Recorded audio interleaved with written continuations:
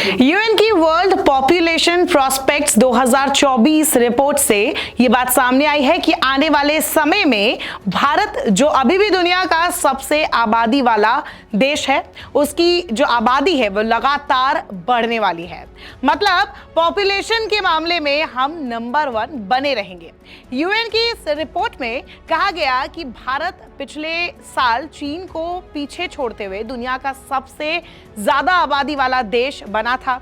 अब इस पूरी सदी में यानी साल 2100 तक भारत दुनिया का सबसे अधिक आबादी वाला देश बना रहेगा। तो आखिरकार यूएन की इस जनसंख्या रिपोर्ट में ऐसा क्या है? इसमें बताया गया कि साल 2060 के दशक की शुरुआत में भारत की आबादी 1.7 अरब हो सकती है। बाद में कहा गया कि 12% की कमी आएगी, लेकिन फिर भी भारत सबसे ज्यादा जनसंख्या वाला देश बना रहेगा। साल 2100 तक भारत दुनिया का सबसे ज्यादा आबादी वाला देश बना रहेगा। ये बात इस रिपोर्ट में कही गई है। इसके साथ ही साथ इसमें कहा गया है कि 50 से 60 सालों में पूरी दुनिया की आबादी भी बढ़ती रहेगी। वो तो होगी थी भारत की बात, अब ये दुनिया की बात चल रही है। मौजूदा समय में पूरी दुनिया में करीब 8.2 अरब लोग रहते हैं। 2080 के दशक तक दुनिया की आबादी 10.3 अरब होने का अनुमान है।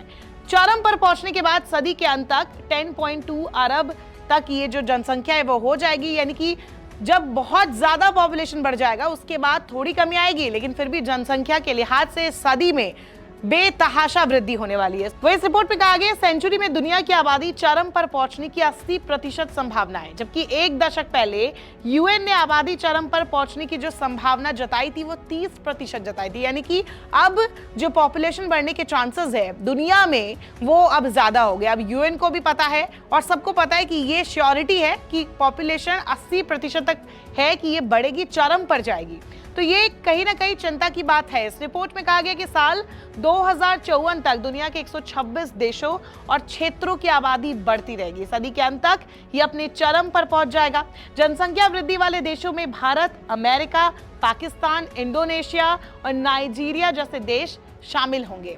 इसके अलावा आपको लिस्ट दिखाते हैं। ये जो मौजूदा लिस्ट है, मौजूदा समय है, उसके हिसाब से देखा जाए तो सबसे ऊपर भारत है। 2024 और 2023 की जनसंख्या दिखाई गई है और वृद्धि की अगर बात करें तो एक साल में यहाँ 0.92% की बढ़ोतरी हुई है। यानी कि कम नहीं हुई है जनसंख्या, बल्कि बढ़ी है। दूसरे नंबर पर चीन आ गया है। चीन में बल्कि कम हुई है, -0.03। अमेरिका इस लिस्ट में तीसरे नंबर पे है। यानी कि अमेरिका तीसरा ऐसा देश है जहां पॉपुलेशन बढ़ रही है। इस लिस्ट में तीसरे नंबर पर है अमेरिका, जहां पर पॉपुलेशन जो है वो लगातार बढ़ रही है। यहां पर भी 0.53 एक साल में बढ़ी है। इंडोनेशिया चौथे नंबर पर है जहां 0.82 और पाकिस्तान जो 1.96 पॉपुलेशन बढ़ी। यानी कि अगर देखा जाए तो पाकिस्तान भले ही इस लिस्ट में 5वें नंबर पर हो, लेकिन यहाँ पर पॉपुलेशन सबसे ज्यादा बढ़ी है इन एक सालों में, 2023 से 2024 के बीच में। ये हो गई रिपोर्ट की बात। अब बढ़ती आबादी भारत की चिंता क्यों है? 2 से ज्यादा बच्चे का मतलब सरकारी नौकरी के लिए अयोग्य। राजस्थान में ये कानून है। मध्य प्रदेश में भी कुछ ऐसा ही कानून चलता है। तेलंगाना हो या आंध्र प्रदेश, यहाँ पर भी अगर आपके 2 से ज्यादा बच्चे हैं तो आप चुनाव नहीं लड़ सकते। ऐसे ही मिलते जुलते नियम और कानून महाराष्ट्र, उत्तराखंड, गुजरात जैसे राज्यों में भी है, जहां पर फैमिली प्रोग्राम्स के तहत कई पॉलिसीज भी चलती है। लेकिन क्या ये काफी है? जब भी जनसंख्या की बात होती है तो हमेशा चीन से मुकाबला किया जाता है, बिना ये देखे कि चीन हमसे साइज में 3.25 गुना से ज्यादा बड़ा है। वैसे भी जब भारत ने जनसंख्या कंट्रोल करने को लेकर प्लान बनाना शुरू किया तब चीन ने सख्ती दिखाई, एक बच्चा पैदा करना अनिवार्य कर दिया।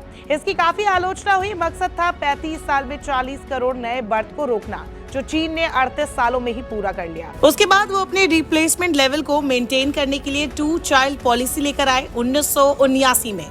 1 चाइल्ड पॉलिसी जो थी चीन की, वो भले ही फ्लॉप हुई और उसकी वजह से चीन जैसे देश को नुकसान भी उठाना पड़ा। चीन में युवा आबादी ना के बराबर बची है। हालांकि भारत के साथ सीन अलग है। हमारी युवा आबादी ज्यादा है। युवा आबादी ज्यादा होने से हमारे यहाँ अगर हर कोई 2 बच्चे को ही जन्म दे तो तब भी अगले 30 से 35 सालों में ये बढ़ेगी ही, कम नहीं होगी। रिपोर्ट्स की माने तो हमारे यहाँ 2.5 करोड़ लोगों का हर साल जन्म होता है। 90 लाख के करीब लोगों की मौत होती है। हमारे भारत के annual average population growth 1.5 crore के बीच होनी चाहिए, लेकिन हकीकत कुछ और ही है। इसलिए भारत के लिए जरूरी है कि यहाँ पॉपुलेशन कंट्रोल करने पर काम किया जाए, कुछ ऐसे स्कीम लागू किए जाए। समय रहते ऐसा नहीं किया तो सप्लाई और डिमांड का रेशियो हर फील्ड में मिसमैच करेगा। रिसोर्सेज के मुताबिक अगर आबादी नहीं रहेगी तो उन पर भी बर्डन बढ़ेगा। तो जब मुसीबत इतनी बड़ी है तो आखिरकार देश की सरकारों ने क्या किया और 2014 में आने के बाद मोदी सरकार ने इस पर कितना काम किया है, ये भी एक बड़ा सवाल है। इस बढ़ती आबादी को लेकर पिछले कुछ दशकों में चिंता तो जताई गई है, लेकिन इसे रोकने के लिए कुछ खास इफेक्टिव काम नहीं किया गया। पिछले करीब 9 साल से मोदी सरकार सत्ता में है। ऐसे में आरएसएस की तरफ से लगातार जनसंख्या कानून बनाने की मांग भी उठती रही है। आबादी को बढ़ने से रोकने के लिए कानून आने वाला है, ऐसा भी हमने कई सालों से सुना है, लेकिन कोई कानून ऐसा अब तक लागू नहीं हो पाया। मोदी सरकार ने जनसंख्या कानून को लेकर साफ रुख कभी नहीं दिखाया। इसे लेकर सरकार के मंत्री अलग अलग बयान भी देते रहे। एक आंकड़ा आपको बताते हैं। मोदी कार्यकाल की बात करें तो मोदी कार्यकाल में 2019 में जनसंख्या विनियमन विधेयक पेश किया गया था। एक प्राइवेट मेंबर बिल था। आरएसएस नेता और बीजेपी सांसद राकेश सिन्हा ने राज्यसभा में से पेश किया था। इसके तहत नियम था कि 2 से ज्यादा बच्चे पैदा करने पर सजा और सरकारी योजनाओं के लाभ से वंचित करने का प्रस्ताव, यही प्रस्ताव पेश किया गया था। हालांकि बिल का जमकर विरोध हुआ और इसके बाद ये इस तरीके की बातें और ये बिल ठंडे बस्ते में चला गया।